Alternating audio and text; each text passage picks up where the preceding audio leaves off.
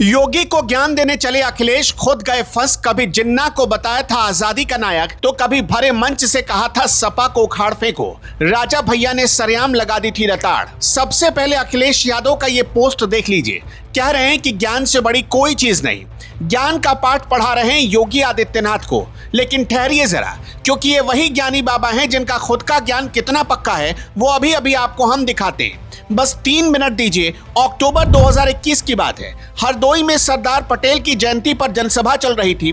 अखिलेश यादव मंच पर खड़े होकर बोल रहे थे कि सरदार पटेल, गांधी, नेहरू और जिन्ना ने एक ही जगह से पढ़ाई की, बैरिस्टर बने और सबने मिलकर आजादी दिलाई। हाँ भाई, जिन्ना ने तो भारत को आजादी दिलाई, महात्मा गांधी थोड़े ना इसके पीछे थे। वो जिन्ना जिसने देश के 2 टुकड़े करवा दिए, जिसके इशारे पर लाखों लोगों का कत्लेआम हुआ, जिसने डायरेक्ट एक्शन डे पर कोलकाता में खून की होली खिलवाई, उसको अखिलेश यादव ने सरदार पटेल और नेहरू के बराबर लाकर खड़ा कर दिया। और बाद में जब बवाल मचा तो कहने लगे अपने बयान पर अडिग हूं, जो कहा सच कहा। अब अखिलेश के इस बयान को सुनकर लगा कि सच में समाजवादी सिलेबस है ही ऐसा, उसके नायक जिन्ना तो होंगे ही। अब जरा मुहावरों वाला किस्सा सुन लीजिए। एक बार भैया जी ने मुहावरा फेंक कर मुंह पर मारा था, न रहेगा सांप न बजेगी बांसुरी। अब धरती से लेकर स्वर्ग तक के सारे शायर चक्कर घिन्नी खाने लगे कि ये वाला किसने लिख दिया भाई। अभी तक तो यही सुना था कि ना रहेगी बांस और ना बजेगी बांसुरी। ये सांप कहां से आ गया बीच में? ना, ये किसी नशे का असर नहीं था। और हम तो यही कहेंगे कि नशा नाश करता है। और ये सुनिए, 2021 में ही भैया जी ने बताया था कि उनके सपने में स्वयं भगवान कृष्ण आए और कहा कि राज्य में सपा की सरकार आने वाली है। भगवान ने खुद भविष्यवाणी कर दी थी, लेकिन जब 2022 में नतीजे आए तो सपा 111 सीटों पर सिमट गई और बीजेपी 255 के पार निकल गई। खैर, भैया जी को अब कौन समझाए कि सपने और मुंगेरी लाल के सपने में फर्क होता है। आखिर में हम इतना ही कहेंगे कि नशा नाश करता है। एक और नमूना देखिए। प्रयागराज की रैली में अखिलेश यादव जोश जोश में बोलते जा रहे थे, पीडीए चिल्ला रहे थे। अचानक मुंह से निकल गया एनडीए को ही जिताइएगा। हाँ भाई, खुद ही कह दिया कि एनडीए को जिताइएगा। अब ये बात कोई पुरानी नहीं है, करीब 2 साल पहले की है, जब लोकसभा चुनाव चल रहा था। और ये जुबान किसी दूसरे की नहीं फिसली, खुद समाजवादी भैया की फिसली थी। अब कोई नहीं कहेगा कि नशा नाश करता है। 30 दिसंबर 2021 को एक और तमाशा हुआ। अखिलेश यादव की मौजूदगी में उनके अपने नेता दुर्गा प्रसाद यादव मंच पर चढ़कर कहने लगे कि हमें सपा को उखाड़ फेंकना है। अखिलेश सामने बैठे थे और उनका नेता मंच से पार्टी उखाड़ने की बात कर रहा था और कार्यकर्ता ताली बजा रहे थे। अब ये भी मत कहिएगा कि दुर्गा यादव जी सूखा वाला मार कर आए थे, क्योंकि वो तो अखिलेश यादव के करीबी नेता हैं। करीब 5 साल पहले अखिलेश खुद अपनी सभा में कह रहे थे कि महिला सुरक्षा के मामले में यूपी नंबर 1 है। अब भाई, विपक्ष का नेता अपनी विरोधी सरकार की तारीफ कर रहा है, वो भी महिला सुरक्षा जैसे मुद्दे पर, तो समझ लीजिए कि या तो वो दिल से कह रहा है या फिर बोलने के लिए किसी बाहरी तत्व का इस्तेमाल किया गया है। खैर, आखिर में हम यही कहेंगे कि नशा नाश करता है। एक और गजब का वाकया सुनिए। पार्टी के तत्कालीन प्रदेश अध्यक्ष नरेश उत्तम ने मंच पर अखिलेश की तस्वीर लगाकर बार बार कहा कि अखिलेश ने किसानों को तबाह कर दिया। ये कुछ ही साल पुरानी बात है। अपनी ही पार्टी के अध्यक्ष ने अपने ही नेता को किसान विरोधी कह दिया और सारे कार्यकर्ता और नेता मंच पर बैठकर ताली बजा रहे थे। ना, यहाँ किसी की जुबान नहीं फिसली थी। बस हालत देखकर लोग एक ही बात एक दूसरे से पूछ रहे थे कि क्या नशा सचमुच नाश करता है। ऐसे ही ज्ञान की वजह से एक बार बीच सदन में राजा भैया ने अखिलेश यादव की पूरी पोल पट्टी खोल दी थी। वो किस्सा अगर आपको नहीं पता तो 2 मिनट और निकाल कर उसे देख लीजिए। फिर वही होता है कि आधा अधूरा बोल दिए, जो है पूरा बोलना चाहिए। ये वीडियो वैसे पुराना है, साल 2024 से पहले का है, लेकिन देखिएगा पूरा। विधानसभा में अखिलेश ने अल्लामा इकबाल की पंक्तियां पढ़नी शुरू की। सीट से कुर्ते की सिलवटें ठीक करते हुए उठे और कहने लगे, कुछ बात है कि हस्ती मिट्टी नहीं हमारी, सदियों रहा है दुश्मन दौरे जहां हमारा। बड़े गर्व से सुनाया। जब राजा भैया की बारी आई तो उन्होंने सारी पोल खोल दी। राजा भैया कहने लगे कि अखिलेश को शायद ये नहीं पता कि अल्लामा इकबाल वही शख्स थे जिन्होंने सबसे पहले कहा था कि हिंदू और मुसलमान एक साथ नहीं रह सकते।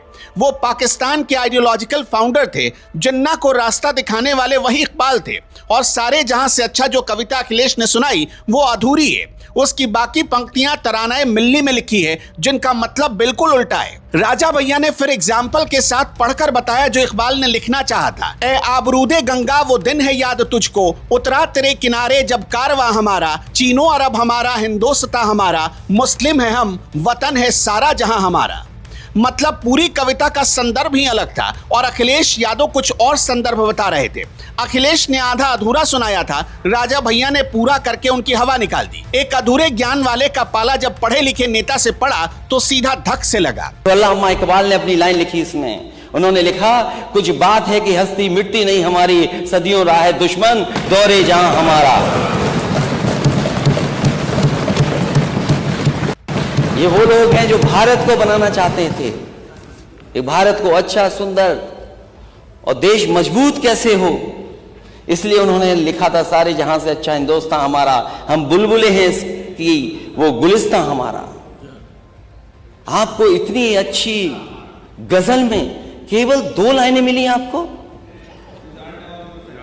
केवल 2 लाइनें मिली आपकी, जो लाइनें हटा दी गई थी इस गाने से, इस गजल से 2 लाइनें हटा के। मैं मिलिट्री स्कूल से पढ़ा हूं अध्यक्ष महोदय, कोई दिन नहीं जाता था जिस दिन सारे जहां से अच्छा नहीं गाते हो हम लोग।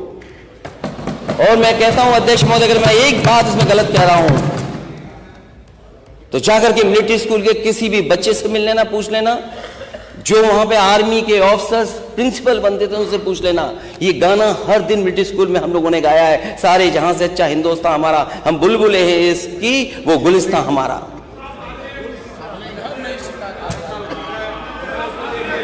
गुरबत में हो अगर हम, रहता दिल वतन में, समझो वही हम भी दिलो जहां हमारा। और सारे जहां से अच्छा जो कविता सुनाई गई वो अधूरी है। 2 पंक्ति उसकी हम भी सुना दे रहे हैं कि ए आबरूद गंगा वो दिन है याद तुझको, उतरा तेरे किनारे जब कारवां हमारा। कि गंगा के वो मैदान तुमको याद है जब हमारा कारवां उधर से आक्रांताओं का कारवां आया था।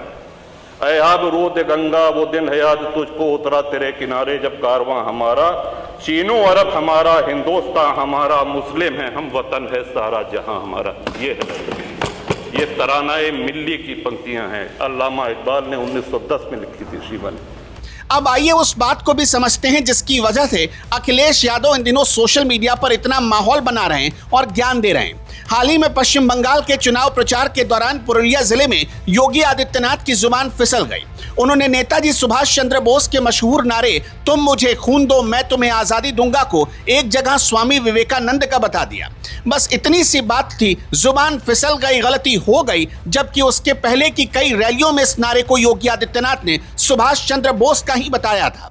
यह गलती बस एक ही रैली में हुई थी, लेकिन पिछले 5-6 दिनों से पूरा समाजवादी खेमा और टीएमसी इसी नैरेटिव पर सवार है। टीएमसी को तो ऐसा लगा जैसे संजीवनी मिल गई हो। सोशल मीडिया पर योगी के बयान पर कट लगाकर दनादन शेयर किए जाने लगे। ना तो किसी ने पूरा वीडियो देखा, ना पीछे का कॉन्टेक्स्ट समझा और ना ही ये जानने की कोशिश की कि ये किस रैली का वीडियो है। लेकिन इस वीडियो के आते ही सबसे ज्यादा खुशी से जो उछल पड़ा था वो अखिलेश यादव थे।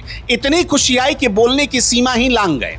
नशा तो नाश करता ही, समझ क्यों नहीं पा रहे लोग? अभी देखा नहीं स्वामी विवेकानंद के क्या शब्द निकले, नशा नाश कर देता है। अब जरा देखिए पूरी तस्वीर। एक तरफ योगी आदित्यनाथ से रैली में जुबान फिसली, इसे गलती कहिए, भूल कहिए, जो कहना है कहिए, लेकिन दूसरी तरफ अखिलेश यादव जिनका ट्रैक रिकॉर्ड क्या है, जिन्ना को आजादी का नायक बताना, मुहावरे गलत बोल देना, अपनी ही रैली में एनडीए को जिताने की अपील कर देना, अपने ही मंच से पार्टी नेता उखाड़ने की बात करते रहे और अखिलेश ताली बजाते हैं। सपने में भगवान कृष्ण से चुनाव जीतने का वादा लेकर आते हैं और हार जाते हैं। इतनी बड़ी बड़ी गलतियां करने के बाद एक बार भी माफी क्यों नहीं मांगी? भाई गलती किसी से भी हो सकती है, लेकिन जब गलतियों का पूरा इतिहास हो और जब बार बार ज्ञान के मामले में फिसलने की आदत लग चुकी हो तो दूसरों को ज्ञान देने से पहले अपना इतिहास खोलकर देख लेना चाहिए। अखिलेश यादव की समस्या यही है, उन्हें लगता है कि विदेश से डिग्री लेकर आए हैं तो ज्ञान का ठेका मिल गया है। लेकिन असल ज्ञान तो तब दिखता है जब आप सही बात सही वक्त पर बोले और वो पूरी बात बोले, आधी अधूरी नहीं। दर्शकों, आपका क्या मानना है हमें कमेंट में जरूर बताइएगा।